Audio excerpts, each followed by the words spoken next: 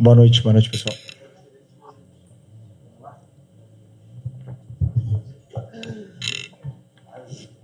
Boa noite, Felipe. O Rodrigo Cerqueira, do Grupo Lula. Há exatamente um ano você fazia a sua estreia aqui no Maracanã como técnico do time profissional do Flamengo, uma vitória sobre o Corinthians na semifinal da Copa do Brasil. E desde então foram alguns títulos, muitas coisas aconteceram, né? Muitas vitórias, momentos importantes.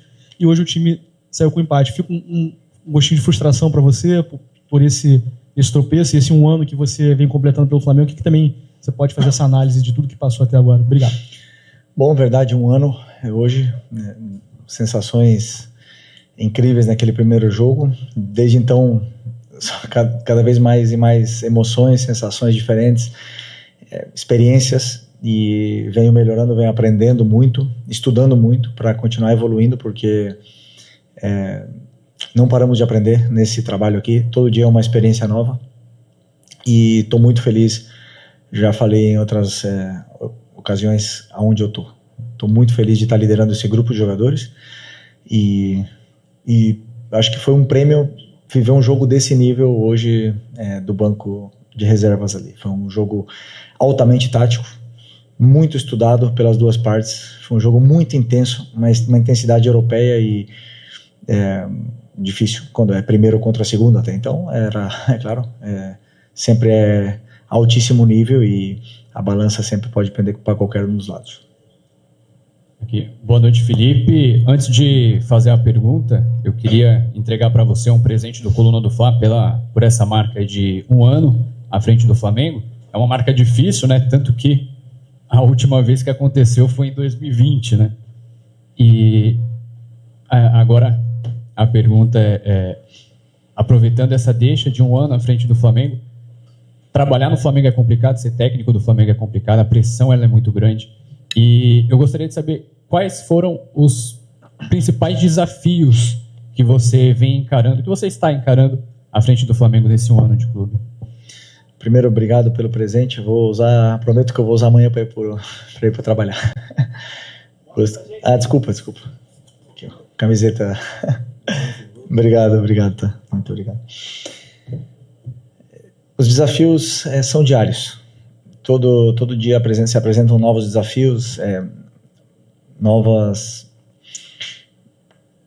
decisões que tomar, situações que resolver de formas diferentes, situações tanto físicas, emocionais. Então, é um trabalho onde eu ainda estou me conhecendo muito. O que eu vivi na Libertadores no outro dia, eu nunca tinha vivido como jogador, e olha que como jogador também é muito intenso e acho que nada se compara a ser jogador de futebol, mas o que eu vivi no outro jogo da Libertadores foi o auge, acho, de um esporte na minha vida. Então, sou muito grato pelo que eu estou vivendo aqui e o que eu falei, acho que os desafios eles se apresentam todos os dias e a gente tem que ir resolvendo e sempre tentando evoluir em cima dos erros e dos acertos. Boa noite, Felipe. Tudo bem aqui? Sidão Marinho da Litoral News. Você hoje fez a opção de tirar o Pedro do 11 inicial para ter o Samu junto ao Plata, Arrasca e Carrascal juntos. Queria entender o porquê dessa decisão que você pensou para o jogo e também o porquê do Pedro entrar mais nessa reta final, dos 10 minutos finais do jogo. O Alaciano também não tem ganhado muitas oportunidades. Era um jogo que você não queria ter uma referência de um centroavante de fato na parte ofensiva. Eu queria que você explicasse um pouco o que buscou também dentro dessas alterações. Obrigado. Bom, primeiro, tudo vai em função do nosso plano de jogo, das características que eu acredito que a equipe precisa para vencer o jogo. Independente dos nomes, já falei para vocês, os nomes e a idade, isso não me importa, vai sempre me importar o que eu acredito, eu como treinador, que a equipe precisa e qual é o caminho para vencer a partida.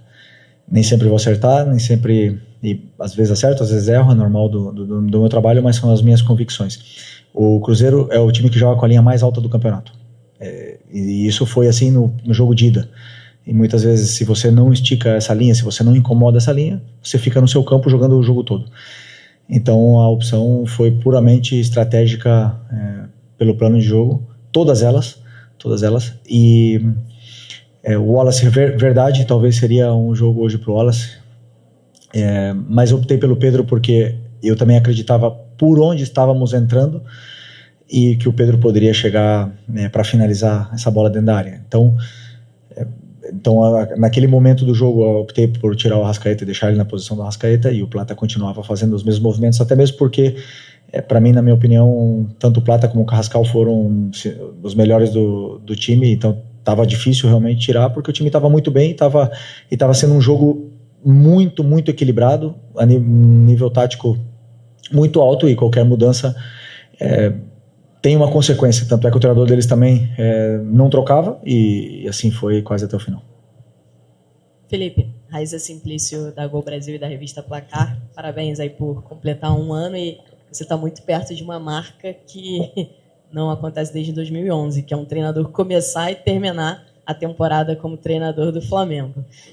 Mas eu queria te perguntar sobre o Samuel Lino, né? Porque ele chegou muito bem, o primeiro jogo dele arrebentando, super arisco, depois foi para a seleção brasileira, inclusive, só que nos últimos jogos ele caiu um pouco de rendimento e ele parece bastante ansioso, né? A gente vê assim de fora, dentro de campo ele parece estar bastante ansioso. Eu queria saber se essa é a tua visão também, se você chegou a conversar com ele, como é que você está vendo esse momento?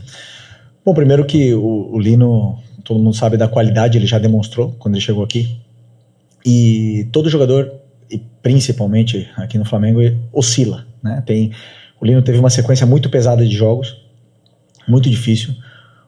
O jogo da Libertadores teve uma carga grande, depois 3 dias teve que jogar também contra o Corinthians, onde foram jogos muito difíceis, e eu optei por dar essa sequência de minutos para ele. E fisicamente, talvez ele sentiu um pouco no jogo contra o Corinthians, e isso faz o rendimento cair um pouco. Agora, é importante que vocês e também a torcida entenda que os dribladores são os jogadores que mais perdem bola. Isso é uma coisa natural do futebol, nas estatísticas, em todos os lugares. Então, sempre que você tem um driblador, que no nosso caso será Cebolinha, Michael, Samuel Lino, o próprio Plata quando joga aberto.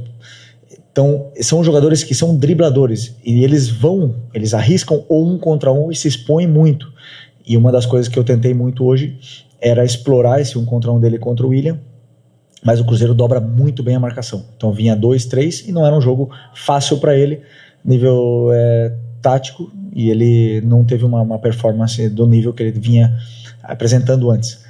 E o difícil é isso, né, que na primeira vez que ele dá uma oscilada já vem a vaia, e isso, claro, sempre, se vocês olham bem, quase sempre são com os dribladores, né? Então, importante que a gente saiba que esse tipo de jogador, ele tem a confiança do treinador, sou eu que peço para ele driblar, sou eu que peço para ele ir para cima, para ele ir para essa jogada individual, porque quando ele consegue passar, ele gera muita vantagem. Então, espero que ele não se abale com isso, porque é uma coisa absolutamente normal, e que ele recupere a alegria e continue indo para cima o quanto antes.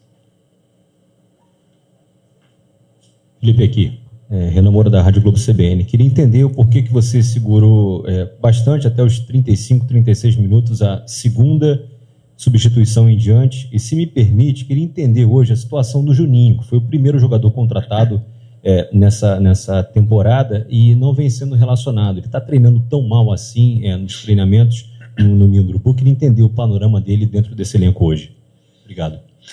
Bom, sobre as trocas, primeiro eu troquei o Lino, porque realmente não estava fazendo um bom jogo, e puramente parte estratégica do jogo, optei por deixar o Bruno daquele lado do William. Tanto e até mesmo o Bruno conseguiu a expulsão, mas eu acreditava que poderíamos ter era uma característica que precisávamos naquele lado que o Lino estava jogando. O resto do time estava num nível muito alto. Eu não via, sinceramente, ninguém com a necessidade de trocar, porque todo mundo estava fazendo um jogo do nível altíssimo. Plata, Rasca, Carrascal, os 2 volantes e os laterais estavam dando a estabilidade para o time que melhor contra-ataca do campeonato. Tínhamos que parar esses contra-ataques, e a partir do momento que eu senti que o cansaço chegou no Arrascaeta e também no Carrascal, que estava sendo um espetáculo, eu optei sim por trocar, né? Então as trocas muitas vezes elas vêm, às vezes eu troco já logo porque eu vejo que os jogadores não estão bem, mas hoje eu via que todos eles estavam num nível altíssimo, e por isso que segurei o que até quando eu senti que caiu o nível. Não por trocar, muitas vezes vai melhorar, às vezes as trocas não dão certo, então eu vou muito do que eu estou vendo no campo. Depois do Juninho, é uma opção técnica. Eu tenho agora o Plata, que jogou de atacante, o Bruno, que joga de atacante, o Pedro, que joga de atacante, o Wallace, que também joga de atacante. E nesse momento, para mim, quando eu monto o banco, monto o time que vai jogar, monto o banco, tem que montar as opções, e para mim, nesse momento, optei por essas opções. E o Juninho não foi meu escolhido, mas está treinando bem, está se esforçando muito e com certeza faz parte do elenco, e a partir do momento que precisar, ele está disponível.